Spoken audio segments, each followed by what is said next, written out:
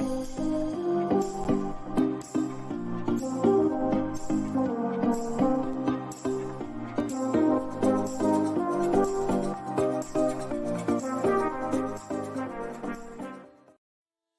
you a self-storage owner or operator looking for service providers to help at your facility?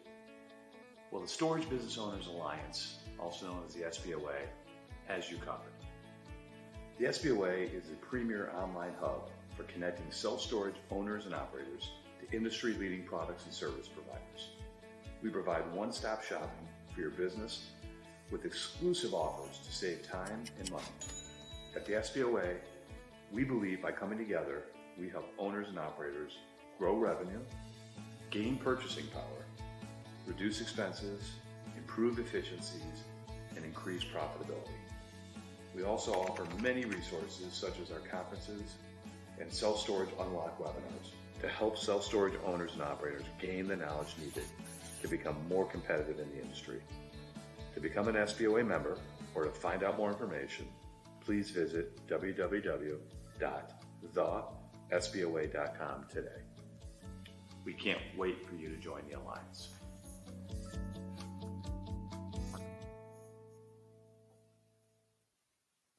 Good afternoon and happy Thursday, self-storage industry. Thank you so much for joining us again today for another Self-Storage Unlocked episode. My name is Jessica Johnson. I'm the Vice President of the SBOA, the Storage Business Owners Alliance. And today we're going to talk about understanding your consumer. We have OpenTech Alliance with us today, and they've put together this amazing 44-page white paper. They've been doing it now in the industry for the past 11 years to really help provide insight about tenant behaviors and trends that they are seeing through the data. And it's impressive stuff. So I'm super excited to have them with us today. Without further ado, I'm going to bring up my special guest today. I have Kristi Adams with me. Hey, Kristi. Thank you for having me again. I feel like maybe this is 2 times in 1 month over the last marketing one. So yeah, be here. Happy to be with everybody that's joining us as well. Thank you so much. So Kristi, want to ask you, give me the background about how long you've been in the industry, specifically with OpenTech, and then some of the other people that you worked for prior to OpenTech. Sure. So I have been lucky enough to be in this industry for about 18 years, and I've worn a couple of different hats. So starting at usstoragesearch.com, the online listing way back when. That was my first start. And then working for UStore, now CubeSmart, as their director of marketing. And then spent some time over in Europe doing self-storage in London and in Oxford. And then have been back here in the States for 6 years and have been lucky to work with the team at OpenTech for the last, I think I'm about 4 years now as their VP of marketing. So again, have been on kind of both sides of managing them and working in local markets to supporting operations with technology. That's awesome. Love it. Well, thank you so much for that background about you and about OpenTech. And I'm going to have you go ahead. Kristi has put together this great presentation to share with us today as we go through all of these different key metrics and trends that they found with the consumers that they were analyzing. All right, Kristi, I'm going to add that in so the audience can see it and give us some background. OpenTech has been doing this white paper annually for the past 11 years. Like listen, I could tell from reading it, it took a lot of time to gather that data and analyze that data. So what has made you guys want to do that for the industry? Yeah, I think the one is name, and Robert Cheedy, our CEO, has really built the foundation at OpenTech of trust and partnership with our owners and operators. And we feel like one really foundational way we can do that is by sharing our data. And I want to be careful that it's aggregated data of all of our owners and operators across the US, really from the REITs to the single owner operators are reading this. I get to see who's all downloading it, and I'm seeing kind of from the C-suite CEOs of REITs down to single owner operators, and it's really our annual way of saying, hey, we're noticing this tenant trend happening be aware of it. Use it as actionable in an actionable insight to be able to maybe make changes or be proactive in how you're doing your operations. So Yeah. OpenTech Alliance has been around 18 years. And as you mentioned, we've been doing this for 11. Kim Robinson, who's on our marketing team, has been putting this together the last 3 years. And so we've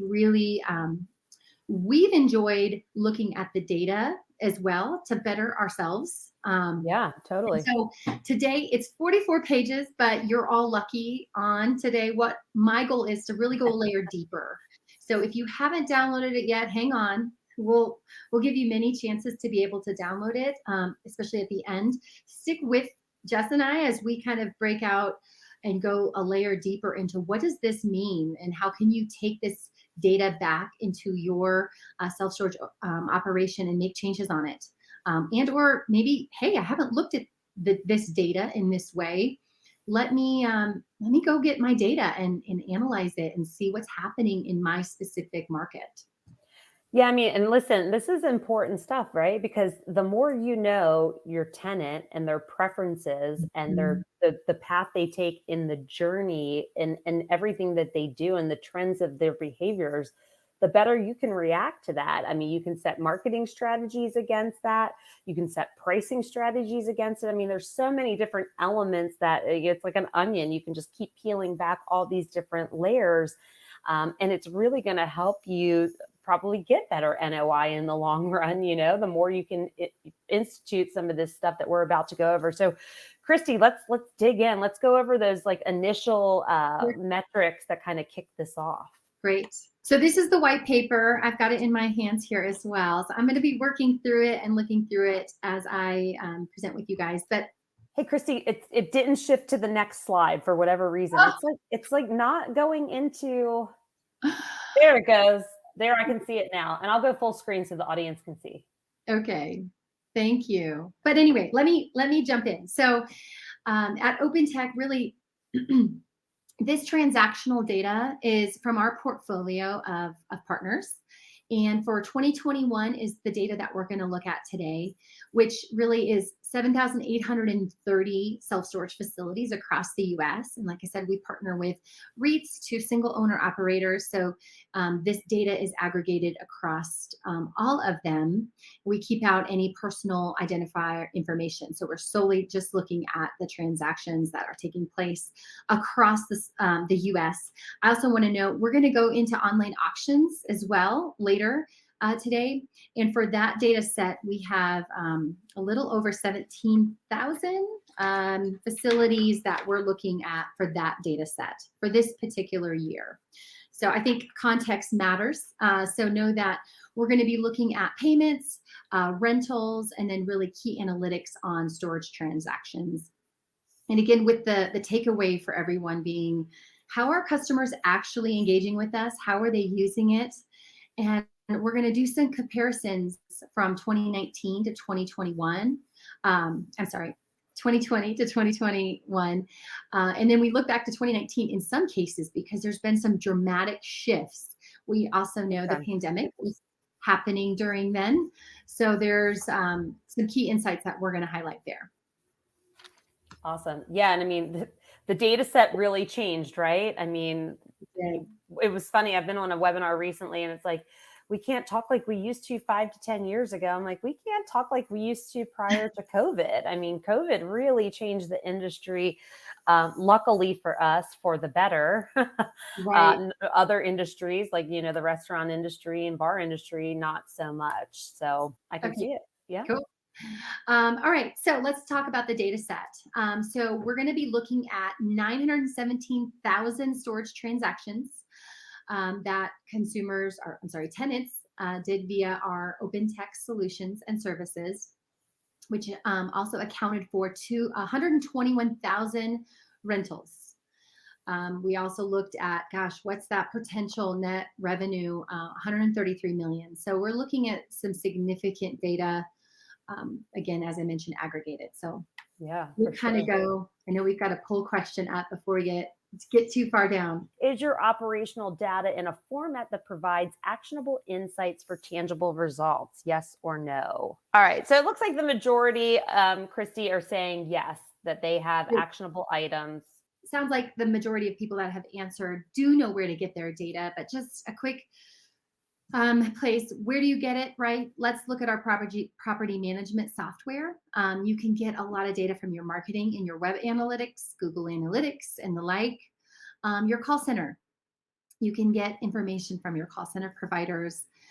There's a whole list of here. I think the biggest one, and one that we're going to jump into first, is your access control systems. I think that is becoming a new way for us to track tenant behaviors, and a new one, especially for me being in the industry this long, kind of learning and digging into their length of visit and how they're using our properties. So without further ado, I do want to skip to the next slide, which is what consumer trends can we learn from our access control systems? And I want to point out for this data set, it was obviously very important.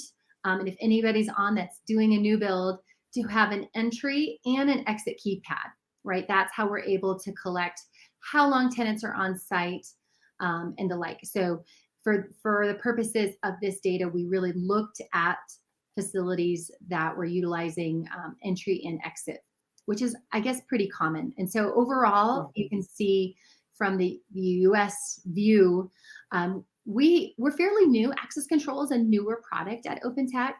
I believe we've launched in 2017, memory serves me right. So we are taking our data from about 5,000 facilities across the US. Is our portfolio at this time. So you can see we're a little slow in South Dakota. If you know of anybody on, I see San Antonio and Knoxville in Ohio, but we don't have any access data from South Dakota yet in some of the other states. But this is the problem I think I might have, Jess, because I'm sharing here. So I'm going to do this. Bear with me, everybody, as we kind of look at the two different data. So tenant behavior, popular times. I think this is so important. And this is data that I never had when I was operating facilities and working in the marketing department, is when do our tenants come on site? When are they there? And your access control system, if it's cloud-based, right, you can get this data from them. So you can see the graph here. And I think it's important too, from a demand-based staffing perspective. I know a lot of operators have said, wow, based off of our access control data, we just have no one on site on Monday, right? You can start to staff your facilities, or, oh, wow, on the weekends, we have a lot of tenants coming at 3 o'clock, right? Also, you can learn it to say, okay, we have in this case, the most popular time in 2019 was 3 o'clock. Well, we need to make sure our manager is not doing any of the facility maintenance projects that we might have them. We need to make sure that they are there at the desk or they're available. Yeah. So the data from 2019 showed that 30% of visits occur after hours, and those are calculated Sunday to Saturday, 8 a.m. to 5 p.m. with the most popular times at 3 p.m., second 1 p.m., and third 2 a.m. And this was based off of our Phoenix time zone. Yeah. I think I should say p.m. Typo, sorry guys. But what I want to compare that with is our 2000, and I'm going to pull this up, bear with me. Yeah. The 2000, we'll just put it right there. 2021 data, which went up 23%. To 37%, which we think is pretty impressive. I'm almost certain this should say PM, everybody. I'll make that edit. So the most popular times did shift slightly to 4 p.m., 3 p.m., and 2 p.m. So those afternoon hours are pretty important for our tenants to be visiting the site. And again, I think the key insight for here is, looking at your own data to say, when are customers coming, and making sure you're staffing appropriately. Well, and I like this too, because it even shows even number 1, number 2, number 3 stays the same, but even 1 and 2, they shift by like an hour or so. So it's not like these huge shifts that you're seeing, but still a good indicator that, you don't want, the office closed and your property manager out there doing maintenance or doing local store marketing efforts to help drive, new business. they definitely need to be there in place, or you need to have a technology component, maybe like a kiosk. Correct. Or online rental that could be, the subsidiary to that, not having staff there. Absolutely. All right, so let's look next into the delinquent attempts, and I'm going to pull this one down a little bit here as well. I love this one. This one's my favorite one, I think. Delinquent attempts, right, they happen. And so with our access control system, we're able to track that, how many people are typing in delinquent attempts. The interesting thing in our white paper is they are occurring obviously during and after regular office hours. So they're happening all the time. And then we saw an interesting spike in June in our data set. So looking at 2019 versus 2000, and we'll just slap all these on here so you guys can see it. From 2021, we noticed a pretty dramatic increase, a 30% increase. So from 27% to 35%. And I think really the important thing, and it's like, okay, well, what's this mean to me is, that unit overlock process, making sure our managers are prioritizing that. But then the key piece for me is, if I go up to a storage facility and the main time is outside of office hours, I want to get in. Have we thought about how they can pay, right? Do you have a kiosk? Do you have a way for them to pay to bring their account up so that they can access? I will tell you, our access control system, that was one thing that when we were purpose designing it for self-storage, we said there should be a way that a tenant can be texted information if they type in a delinquent, and it comes back delinquent. So we do send a text message with a link for them to be able to pay. Yeah. Now, Kristi, let me ask you this question. If I'm delinquent, I try to get in, I get denied, there's a payment option through a kiosk or SMS text that I can get notified, and I pay. Is it real time where then I will be able to get access in? Yeah. Or is there a delay? I want to be cautious only because it may vary between property management systems, but I would say in most cases with most of them, that would be a real time. Yeah. Because I feel like I had heard, I can't remember which PMS system it was, but there is one out there that I think has maybe like a 30-minute delay to it. Yes. So you just want to be aware of that process too. So you don't have an irate customer coming to you saying, hey, I paid, I still can't get in, Right. The human element may need to step in those scenarios. So, yeah. Well, and I'll tell you again, this one for me, the access control data, I think is super, super valuable. So make sure you're paying attention. I know we have another poll coming up next. All right, cool. So go on over to the poll section, guys. Answer that poll. What percentage of tenants do you think visit your facility on average at least once per month? Majority saying at least 10 to 25% they're coming monthly, followed by people thinking like 50 to 75%. Whoa, 50 to 75. All right, well, let's give you our answer. 37% of all tenants on average visited a facility in 2021. Again, I think that surprised me as well. I think a lot of us can make some assumptions and assumptions thinking tenants move their things in and they don't come back till they need them. And the fact that they're visiting so frequently is showing, I think of the consumer, and we're going to get into the next slide about the length of visit. But I think this one really, really make sure we're utilizing then. If we do have, tenants visiting us 37% of the time, what customer experience can you give them? I know referral programs, there's a great opportunity to kind of create an environment for them since they are frequently coming to the facility. So. Yeah. And figure out, you'll be able to tell who exactly they are. Get to know them. They may own a business. They might be a business customer for you down the road. Maybe they're storing their personal stuff right now, but maybe they have, to clean out an office at some point or something. And then you've got a business contact, or they could be a vendor that, does paving on asphalt and you can get your asphalt fixed or whatever it is. Get to know them. Especially if for sure. Yeah. Okay. So the next one. So again, this is all still access tenant behavior. This one's also surprising. Average visit length.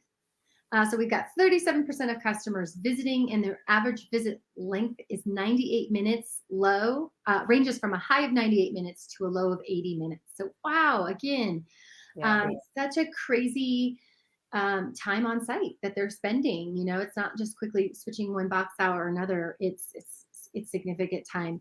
And I have two stories to tell from this one. Yeah. One, I spoke with an operator, and he said, they did a rent increase, and he came in and he said, "Hey, I'm not really on, I don't really use it that much. I'm not going to pay this rent increase."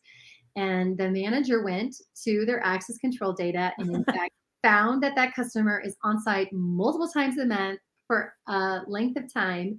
And it was really clever. He said she was equipped to really have a really good conversation with them. Like, yeah, that you've been using our facility. I'm glad that you're here. We're glad that we're providing a solution for you.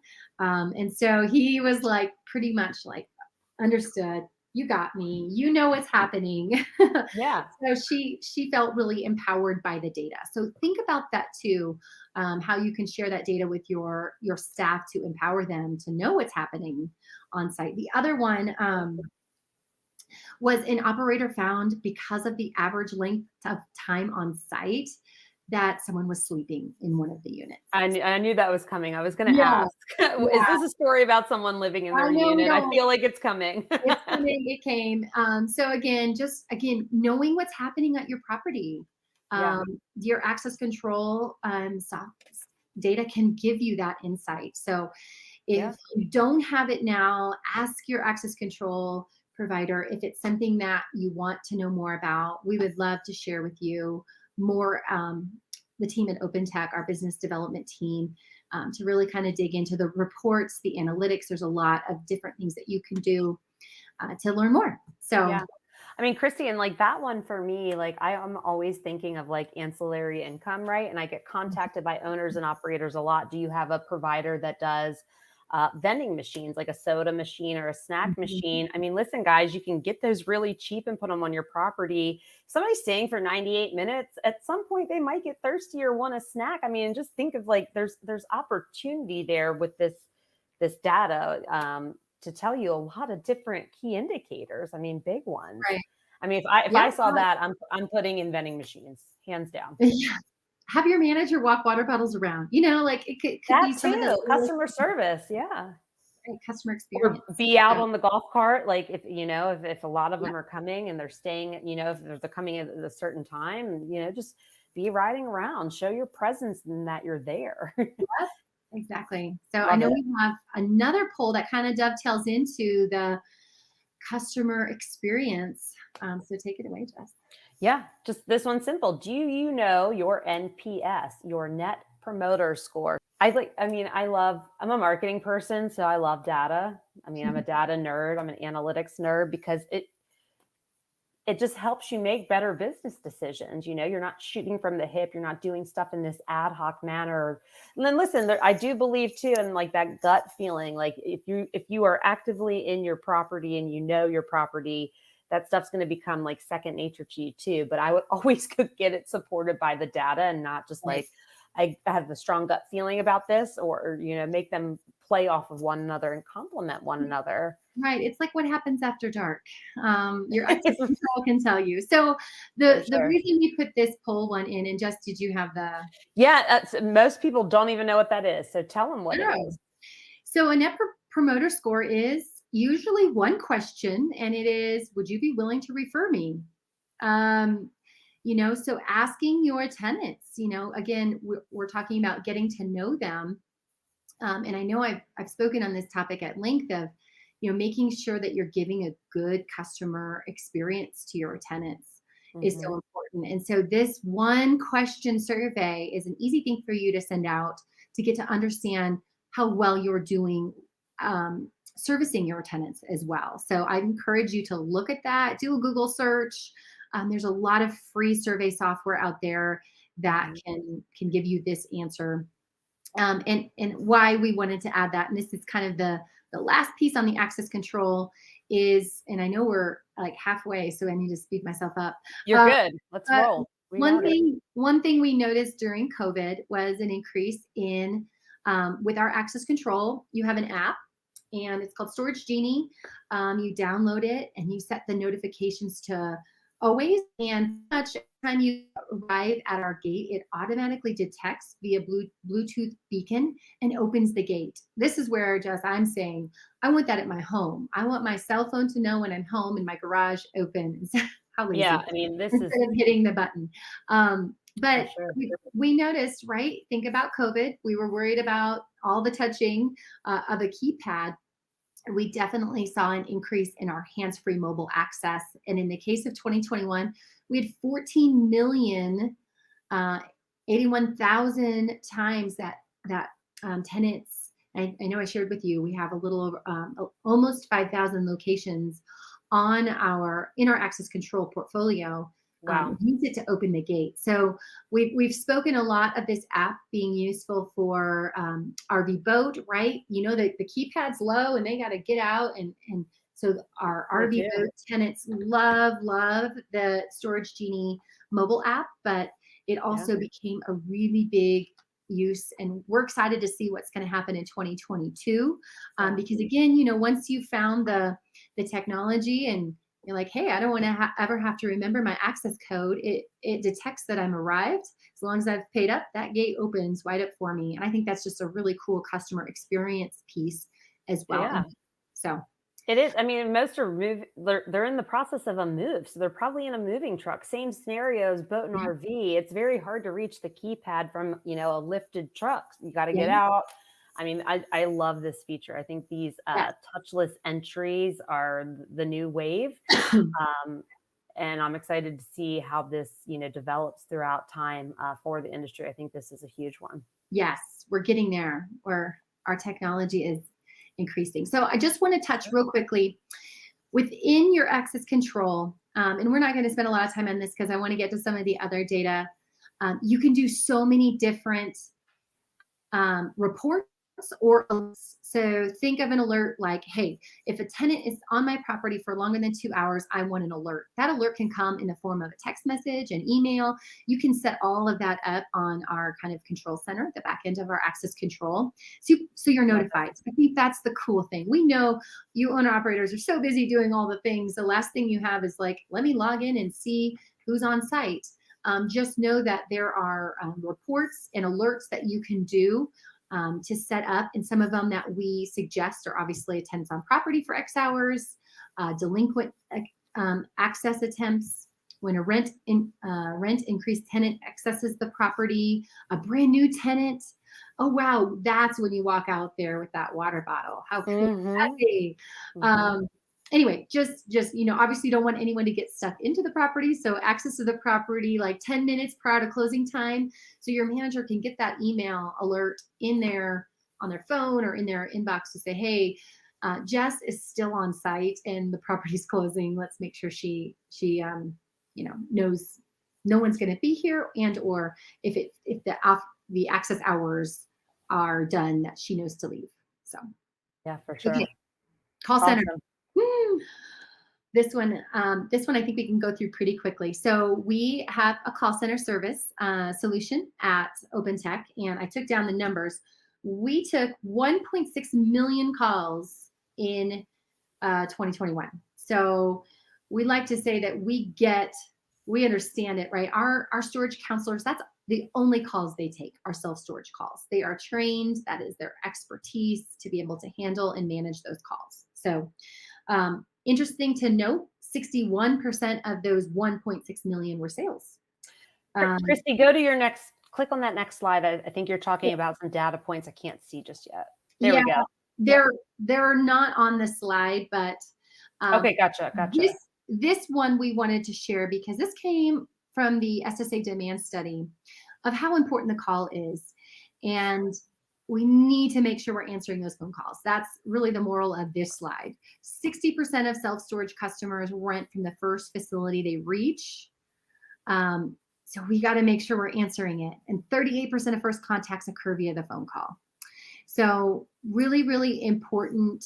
You know, sometimes we take phone calls for granted, but just know the importance that those still are as a marketing tool and a way for our customers to interact with us is the phone. So Mhm. of those 1.6 million calls that we took in 2021, I just wanted to share 61% of them were sales. So, and we find you got to answer within the first 3 seconds. Those it's so crucial. It gives them a, we don't want them to go to the competitor. You all know, if you're tracking your marketing spend, the value of a phone call and what that costs you from a marketing dollar perspective. So really for this one, the data just again shows consumers, tenants are still contacting and still using the phone.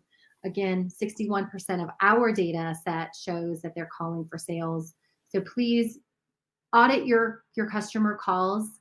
Make sure that you're answering the calls. So I won't leave that one on any longer. So No, I love it. poll. We got a poll. We got a poll, and I saw some people starting to answer this. So, who answers your phone when your office staff isn't available? Some people forward it to their cell phone. Some people forward it to a voicemail, and they retain the voicemail message, at a later time. Some people forward it to a call center, or they employ a call center, or even have their own call center that they've built within if they have a large enough portfolio. And some people miss the call completely. And we don't want you guys to miss the call, because if you miss calls, just like Kristi said, you're missing dollars. Kristi, so far, 2 votes. One gets it forwarded right to their cell phone. The other gets it forwarded to a call center. Okay, great. Well, it sounds like you're handling them. That's a start, right? Now we want you to handle them the smart way. Yeah. Yes, we in our call center solutions are, really we want to walk hand in hand with you. If it's just after hours calls that you want us to take, our call center solutions are very customizable to your needs. So know that we are an outlet for you if you have them. This next slide shows the timing of reservations, and these are reservation calls. So you can see on that Monday taking the most, and if I come down, I'm right about 10 a.m. So again, looking at this data, looking at call reports, making sure that you're staffed properly. That's really it. That demand staffing, I think, is a word John Lofton from our team has really coined it. But just making sure that you are staffed when consumers are trying to contact you, call you. So I want to keep critical moving here. The other thing was reservation timing. I think it was interesting. 65% of our call center reservations happened during office hours. And you can see 9% were outside. So interesting, right? They're not necessarily calling late. They're taking care of it during office hours, the normal. Yeah. And then, I was a little shocked to see that too. Yeah. It's like, when you're in like the thick of your day, your errands, your work, whatever, I would think that this would be an afterthought to do in like the early morning hours, evening hours, or on the weekends. So. Well, and I can think of I will try to do most of my things over my lunch, right? I'm like, oh, I know they're going to be closed, whether it's a doctor office, or I think self-storage falls into that based off of this data, right? People know that there's not necessarily someone that's going to take the call at 8 p.m. When, let's be real, any of us working parents and busy, worker bees, that's kind of the time when we're like, all right, now let me focus on what I need to do. And that's book my storage unit. So that's good. But know that there's 24/7 solutions if they need it and if you need it. Payment timing, 64. So this switched a little. 64% of them took during office hours, and 34% happened outside. So kind of back to that delinquent attempt, right? Just making sure that you have, I'm delinquent. Okay, well, I can call this number and pay over on the phone, or pay online, however it can happen, to make sure that I can access my storage. Love it. Okay, so again, we've got reports and alerts, and not going into total detail here, but many operators do not have advanced phone tools. I think this is important. Are you answering the phones within 3 rings, even when you're open? I will tell you, every now and then I'll call out to facilities and just kind of do a check-in as the VP of marketing. I want to know, I want to hear from our managers. I want to hear from our owner operators, and the phones always have been ringing. I would say That's a very common thing that I have noticed is whenever I call our facility, the facility phone numbers, a lot of them are going and ringing and go to voicemail. So I think this is a really good audit for you to do, is spend some time in how many calls am I taking? When are they coming? And am I getting to them in 3 seconds or 3 rings or less? So kiosks, you ready? I love the kiosk. This one's cool. This one's cool, especially This- especially during COVID. Yes. Okay, so interesting poll. Jess, take it. All right. So, what percentage of customers do you think pay cash at your facility? Go on over to that poll section, answer those questions. I was a little shocked at this number too, to be honest, when I went through your deck. But I love the results. What percentage of customers do you think pay cash at your facility? So it looks like one person saying 10% or less, second person saying like 10 to 25%. All right, well, let me give on. Go ahead. 73%. So think of some of our kiosks accept cash, some don't, right? And that's really customizable as well. Some of them just don't want to deal with cash, but 25% of kiosk customers paid with cash. I think it's interesting. A friend of mine, she did this Dave Ramsey. I'm sure I'm going to get it wrong, so I'm not going to go into detail of what it is, but the whole practice is to pay with everything with cash because it makes a connection between, the purchase instead of just swiping it out. It's So real. The yeah, cash is gone. it's tangible, right? Like you're For touching sure. it and there's a transaction. And so I thought that was interesting when I saw this as well. Yeah, it makes sense. So just making sure, again, we meet our tenants where they're at. You still may have a hard line that you don't want to accept cash at your kiosk or in your office. Again, I would just challenge and say how many tenants are bulking at that? How many are like, being open and available for more options, I think is kind of the core takeaway from this one. Yeah, for sure. So payments. We had 223,000 rental payments, dollars in rental payments made through the kiosks. And I think this was interesting too, of how did the rentals happen, right? I think we often think, consumers are searching online, which we know that's true, but that they're going to fill out an online reservation, walk up to the kiosk and finish it, And I thought that this was so interesting and such a testament to multiple options. 83% of the rentals at the kiosk walked up and started afresh. And right, we track that really through our UI UX to say, kind of have 2 buttons. Do you want to finish your reservation? Or are you a new? Yeah. And so they could then finish from their online transaction on the kiosk, but 83% were walk up. So again, just back to the demand staffing. When are your customers coming? And if they come outside of office hours, what is their experience like? I think that's just the biggest takeaway that I would share. Yeah, that shows you good stuff too. Like, I mean, they see it, they want to buy it, they go transact. I mean, they're not shopping around. We know that of storage too, right? They might call and get a couple prices if you've got a couple people within like a 3 to 5 mile radius, but they're not going to shop this much, There's really not a huge sense of brand loyalty within the industry until they've started to transact with certain brands and say, oh, I only want to rent with a CubeSmart, or I only want to rent with this. But I mean, this tells you a lot of information for sure. Yeah. And this one's cool. So we also say, okay, so there's a lot of conversations out there happening in our industry about a QR code or a scan, right? It's like, can I just put a sign at the front door that's outside of office hours? They can scan this QR code, which takes them to their website, right? And the comment that I had to a couple people that were like, do I have to do a kiosk or can I just do a QR sign? I said, track that QR. Like there's tracking for both of them, right? And I can tell you at OpenTech, we don't do QR signs. Like we just don't have them. Or our owner operators might, but they're not sharing that data with us. But what we can tell you is the kiosk can come to life, right? You see this picture on this screen. And this is what we call our live help video chat. So if a customer, because we know still the majority of, is it 90% of customers still have never used storage.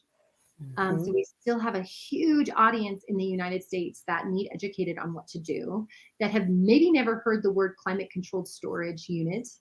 So the interesting thing we've rolled out on all of our new kiosks is the live help with video chat. So if during a walk-up rental that we just saw, the customer has an issue, there's a big live help screen, if you can see where my mouse is, if that's showing or not, maybe not here, and they can connect with a live person, and they can see them, and you can see in this example, this exact scenario can happen on a kiosk.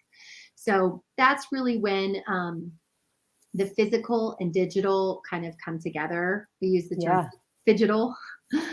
So right, we still understand, even at OpenTech, we've been selling kiosks for 18 years, that it is very important. It's still a personal transaction. So the best of all worlds is being able to have an operator assist when there's a friction. So in this case, we took 32,000 customers in 2021 utilized the service. And so it's a new one, it's coming, but we're seeing a lot of good usage of it, and a lot of friction-filled experiences turning out to be, reservations. I'll tell you that even the storage counselor can even take over the screen and help finish the rental. So they can like dial in, and like the person's maybe just like they're not technically savvy and they're doing something wrong. They can just dial in and fix it for them. They'll just take over the screen. Yeah. That's a no-brainer. Yeah. I mean, for real. I don't know which one this is. Okay, so let's talk about some strategic actions. Yeah. Again, when are people actually renting? Look at your online tool. There are people on the rent action page. Oh, I love this one so much because there's so much data on the, oh, wow, online, like 75% of people get to my rent button and they leave, right? Like, what happened? Like, no potential and opportunities. At OpenTech, we have a customer acquisitions team. We would love to help you with that problem. If you're like, I don't even know where to begin. I drive 2,000 people to my website each month and I get 4 rentals from it. Know that we have solutions. We can help you. We'd love to do a marketing audit for free for you to help you kind of pinpoint where that friction is and how our solutions can help that. So that's awesome. I want to keep going because we've got online auctions next. I know this is a big one.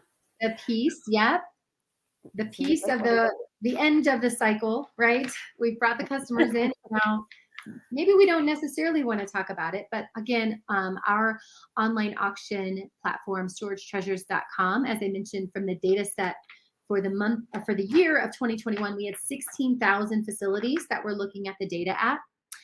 So I want to kind of go into some of the auction trends.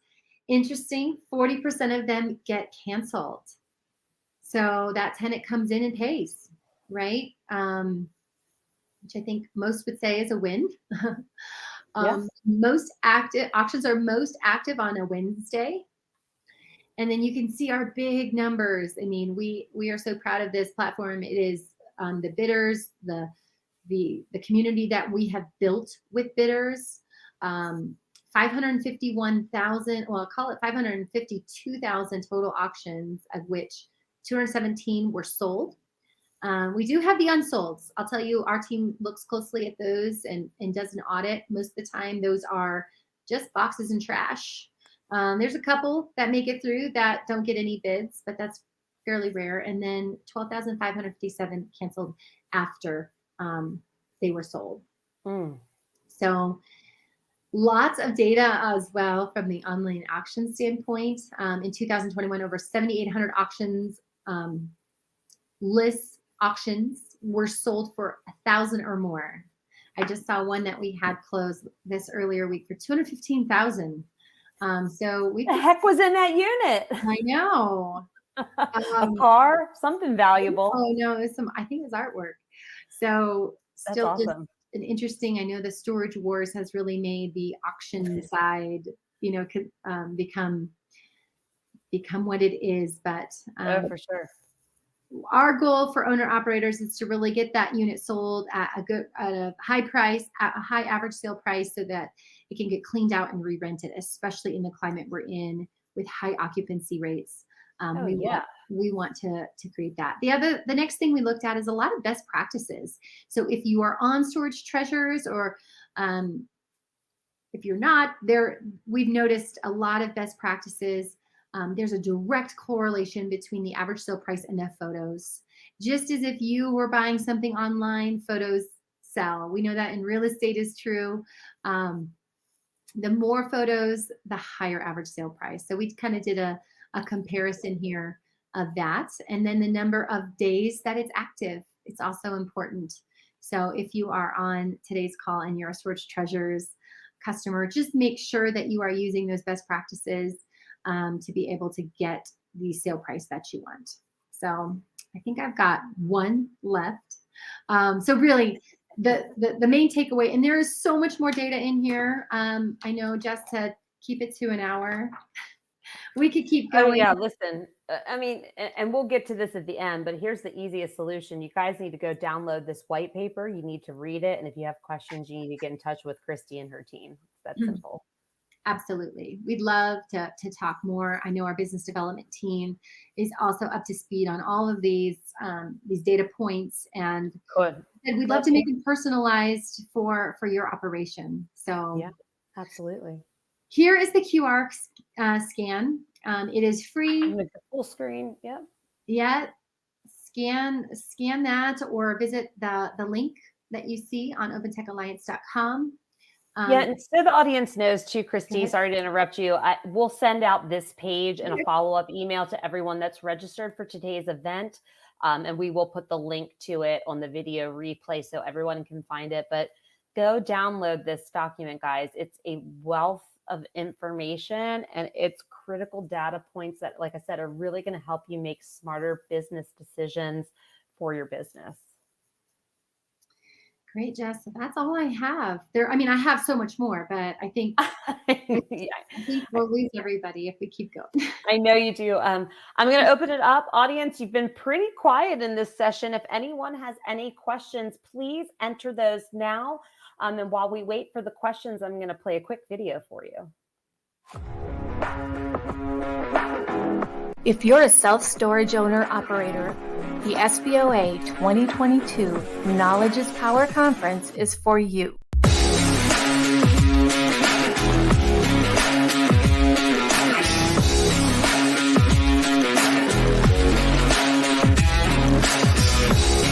The SBOA has partnered with industry experts to discuss new technologies, solutions, and opportunities in the self-storage industry. This 2-day virtual event will offer panel discussions, breakout sessions, networking opportunities, and more. Don't miss out on great presentations and knowledge. Save the dates of June 1st and 2nd, and let's unpack. All right, awesome. So everyone, I want everyone to come attend this conference. It is on June 1st and June 2nd. Actually, Kristi's team will be part of one of our panels that we will have talking about unmanned and remote locations and how you can develop them the correct way the first time. So the event is June 1st, June 2nd from 1 to 5:30 each day. It is a virtual event. But I'm here to tell you, a one-day pass is $20, or if you want access to both days, it's $30. It's the cheapest ticket out in the industry to come to 2 days worth of education. We're going to have 4 power pack panels, and then we have a bunch of breakout sessions in between where all the self-storage industry experts that we know and work with are coming together to present to you. Our keynote speakers are Chuck Gordon, the CEO of Storable, as well as Kyle Schmutzler, the CEO of Simply Self Storage, and Kenneth Cox. He is one of the executive managing directors and partners of Newmark Capital Markets Self-Storage Group that specifically works with self-storage portfolios. So a great 2-day event. I put in the link to go register in the comment section. But you can just go to the SBOA.com, go to upcoming events. It'll say the June 2022 conference. You can go in there and register, and we hope to see you live. And if you can't attend live on those days, please still go register, because we will have a replay. So you definitely have to register if you want to get all of this great content and information. Kristi, are you excited? I am. I think it's going to be great. I like the timing is not in the morning. Yeah, we do that because we try to be kind to our Pacific coasters out there. Like, we definitely want them to join us as well. Again, please go download that link to the white paper, and we'll send that out in a follow-up email. Well, thank you again for putting this on with me today. Lots of great information. We'll send out that code for everyone so they can download the link to get that copy of the white paper. I love it. I downloaded it. I've read it like 2 or 3 times now. I keep going over the data. So highly encourage that you guys do that. We have another Self-Storage Unlocked coming. It will be a live event. And this one is talking all about the importance of your website structure and functionality. Again, you can go out to the upcoming events on the SBOA.com and you can register there. That one is a free one. The conference is a paid one. Rookies is a paid one. But next Thursday at 2 p.m., Self-Storage Unlocked is always free. And you can always go to the SBOA YouTube channel to watch previous recorded episodes that we have in our roster. Kristi, again, thank you for being here. Really appreciate it. Thanks, Jess. Appreciate the opportunity. Thanks for being here, everyone. We'll see you guys next week virtually.